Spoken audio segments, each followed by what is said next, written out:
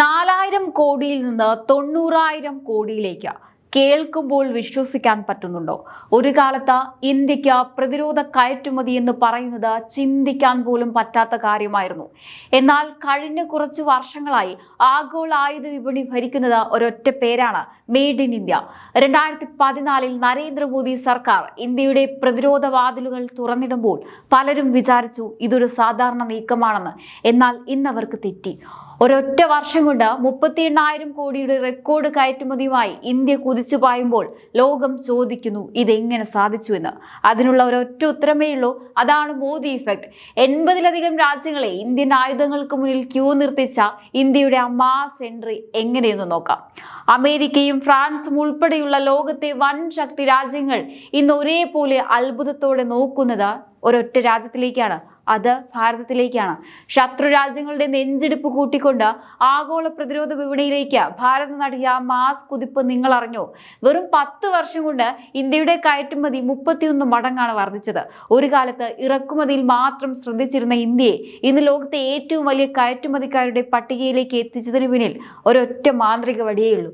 അതാണ് നരേന്ദ്രമോദി എന്ന ഭരണാധികാരിയുടെ ദീർഘവീക്ഷണം.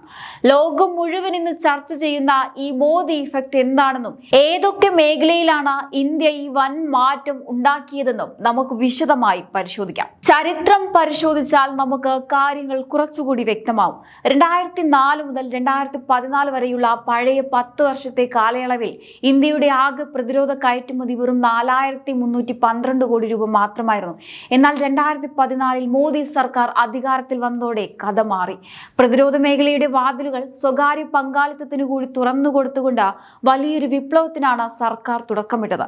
അതിന്റെ ഫലമായി 2014 മുതൽ 2024 വരെയുള്ള 10 വർഷത്തിനിടയിൽ ഈ കയറ്റുമതി 88,319 കോടി രൂപയായി കുതിച്ചുയർന്നു. അവിടെയും തീർന്നില്ല. കഴിഞ്ഞ 2025-26 സാമ്പത്തിക വർഷത്തെ കണക്കുകൾ പുറത്തു വരുമ്പോൾ രാജ്യം കൈവരിച്ചത് ചരിത്രത്തിലെ ഏറ്റവും വലിയ റെക്കോർഡാണ്. ഒറ്റ വർഷം കൊണ്ട് 38,424 കോടി രൂപയുടെ കയറ്റുമതിയാണ് ഇന്ത്യ നടത്തിയത്. തൊട്ട് മുൻപത്തെ വർഷം ഇത് 23,622 കോടിയായിരുന്നു എന്നോർക്കണം. അതായത് ഒരൊറ്റ വർഷം കൊണ്ട് 62% വളർച്ചയാണ് നമ്മുടെ രാജ്യം സ്വന്തമാക്കിയത്. ഇനി നമുക്ക് നോക്കേണ്ടത് ഇന്ത്യ ഏതൊക്കെ മേഖലയിലാണ് ഈ വൻ കുതിപ്പ് നടത്തിയിരിക്കുന്നത് എന്നാണ്. 20-ലധികം അത്യാധുനിക പ്രതിരോധ ഉൽപ്പന്നങ്ങളാണ് ഇന്ന് ഇന്ത്യ ലോക വിപണിയിൽ എത്തിക്കുന്നത്. ആകാശത്ത് ശത്രുവിനെ തകർക്കുന്ന മിസൈൽ സാങ്കേതികവിദ്യ, അതിർത്തിയിലെ ചലനങ്ങൾ കൃത്യമായി നിരീക്ഷിക്കുന്ന അത്യാധുനിക റഡാറുകൾ, കരസേനയ്ക്ക് കരുത്തു പകരുന്ന കവചവാഹനങ്ങൾ, നാവികസേന ഉപയോഗിക്കുന്ന അത്യാധുനിക യുദ്ധക്കപ്പലുകൾ, പെട്രോൾ ബോട്ടുകൾ, ആയുധങ്ങൾ, കൂടാതെ നമ്മുടെ സൈനികരുടെ സുരക്ഷ ഉറപ്പാക്കുന്ന ബുള്ളറ്റ് പ്രൂഫ് ജാക്കറ്റുകൾ വരെ ഇന്ന് ഇന്ത്യയിൽ നിന്ന് മറ്റു രാജ്യങ്ങളിലേക്ക് കയറ്റി അയക്കുന്നുണ്ട്. ലോകത്തെ 80-ലധികം രാജ്യങ്ങളാണ് ഇന്ന് ഇന്ത്യൻ നിർമ്മിത പ്രതിരോധ ഉൽപ്പന്നങ്ങളെ വിശ്വസിച്ച് വാങ്ങുന്നത്. അമേരിക്ക, ഫ്രാൻസ്, അർമേനിയ തുടങ്ങിയ വൻ ശക്തികൾ പോലും ഇന്ന് ഇന്ത്യൻ പ്രതിരോധ ഉൽപ്പന്നങ്ങളുടെ വലിയ ഉപഭോക്താക്കളാണ് എന്നത് ഓരോ ഇന്ത്യക്കാരനും അഭിമാനിക്കാവുന്ന കാര്യമാണ്. ഈ വിജയത്തിന് പിന്നിലെ മറ്റൊരു പ്രധാന ഘടകം പൊതുമേഖലാ സ്ഥാപനങ്ങളും സ്വകാര്യ കമ്പനികളും തോളോട് തോൾ ചേർന്ന് പ്രവർത്തിച്ചു എന്നതാണ്. മുൻപൊക്കെ പ്രതിരോധ മേഖല സർക്കാർ സ്ഥാപനങ്ങളിൽ മാത്രം ഒതുങ്ങി നിന്നിരുന്നെങ്കിൽ ഇന്ന് സ്ഥിതി മാറി. കഴിഞ്ഞ വർഷത്തെ കണക്കുകൾ നോക്കിയാൽ കയറ്റുമതിയുടെ പകുതിയിലധികം കൈകാര്യം ചെയ്തത് പ്രതിരോധ പൊതുമേഖലാ സ്ഥാപനങ്ങളാണ്. എന്നാൽ സ്വകാര്യ മേഖലയും ഒട്ടും പിന്നിലല്ല.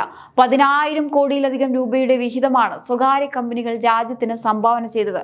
കയറ്റുമതി രംഗത്ത് സജീവമായ ഇന്ത്യൻ കമ്പനികളുടെ എണ്ണം 128-ൽ നിന്ന് 145-ആയി ഉയരുകയും ചെയ്തു. ഇത് രാജ്യത്തെ വ്യവസായ അന്തരീക്ഷത്തിന് മോദി സർക്കാർ നൽകിയ വലിയ പിന്തുണയുടെ തെളിവാണ്. ഈ വലിയ മാറ്റം വെറും ഒരു സാമ്പത്തിക നേട്ടം മാത്രമല്ല ഉണ്ടാക്കിയത്.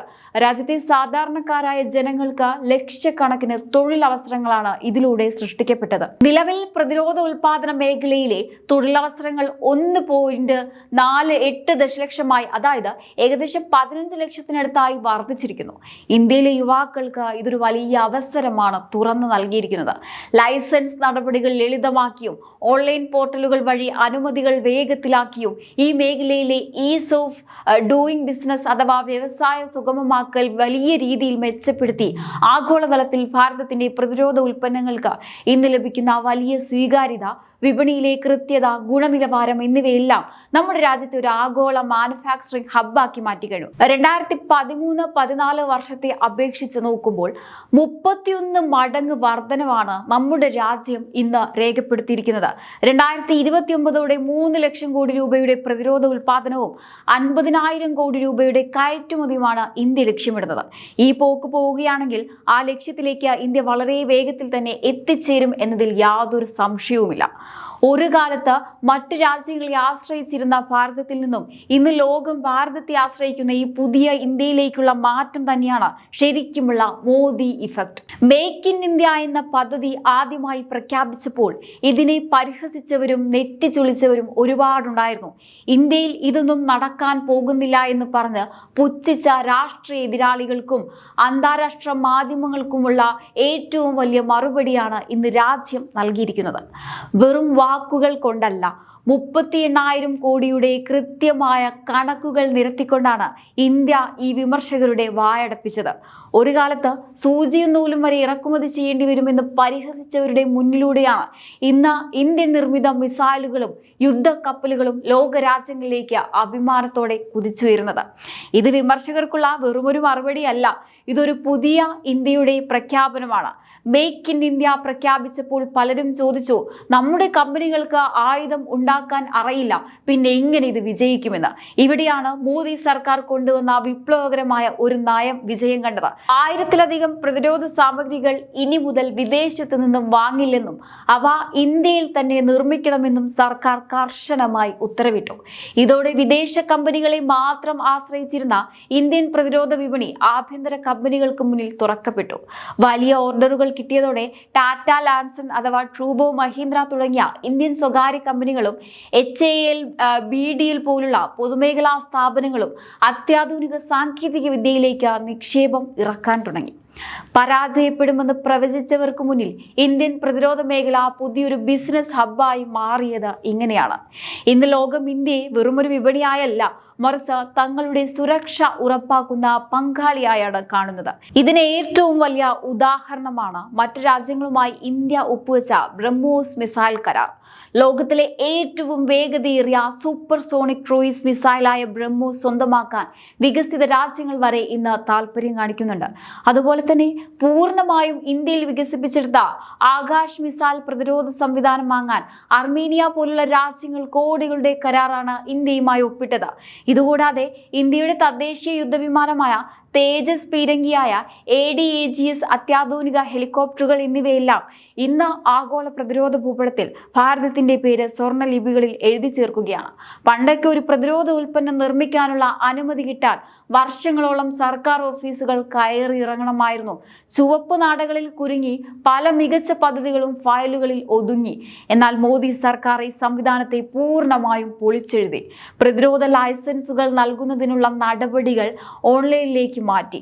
അത് പൂർണ്ണമായും സുതാര്യമാക്കി. വ്യവസായ സൗഹൃദ അന്തരീക്ഷം വന്നതോടെ പുതിയ 100-ലധികം സ്റ്റാർട്ടപ്പുകളാണ് പ്രതിരോധ മേഖലയിലേക്ക് കടന്നു വന്നത്.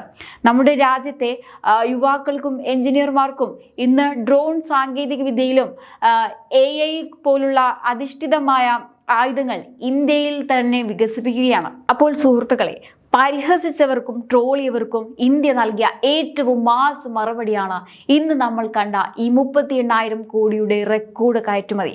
ഒരു കാലത്ത് അന്യരാജ്യങ്ങളെ ആശ്രയിച്ചിരുന്ന ഒരു ജനതയെ ഇന്ന് ലോകം മുഴുവൻ ഉറ്റുനോക്കുന്ന ഒരു ആഗോള പ്രതിരോധ ശക്തിയാക്കി മാറ്റാൻ നരേന്ദ്രമോദി എന്ന ഭരണാധികാരിക്ക് കഴിഞ്ഞിട്ടുണ്ട്. ഇത് വെറുമൊരു സാമ്പത്തിക വളർച്ചയല്ല, മറിച്ച് ലോകത്തിന് മുന്നിൽ ഭാരതം പ്രഖ്യാപിക്കുന്ന പുതിയ ആത്മവിശ്വാസമാണ്. ആയുധങ്ങൾക്കായി ഇനി ആരുടെയും മുന്നിൽ നാം കൈനീട്ടില്ല, പകരം ലോകത്തിന് കാവലാകാൻ ഭാരതം മുന്നിലുണ്ടാവും. ഈ ദശകത്തിലെ ഭാരതത്തിന്റെ ഈ മാസ് കുതിപ്പിനെ കുറിച്ച് നിങ്ങൾക്ക് എന്താണ് തോന്നുന്നത്? തീർച്ചയായിട്ടും നിങ്ങളുടെ അഭിപ്രായങ്ങൾ താഴെ കമന്റ് ബോക്സിൽ രേഖപ്പെടുത്തുക. മറ്റൊരു വിഷയമായി വീണ്ടും കാണാം. നന്ദി.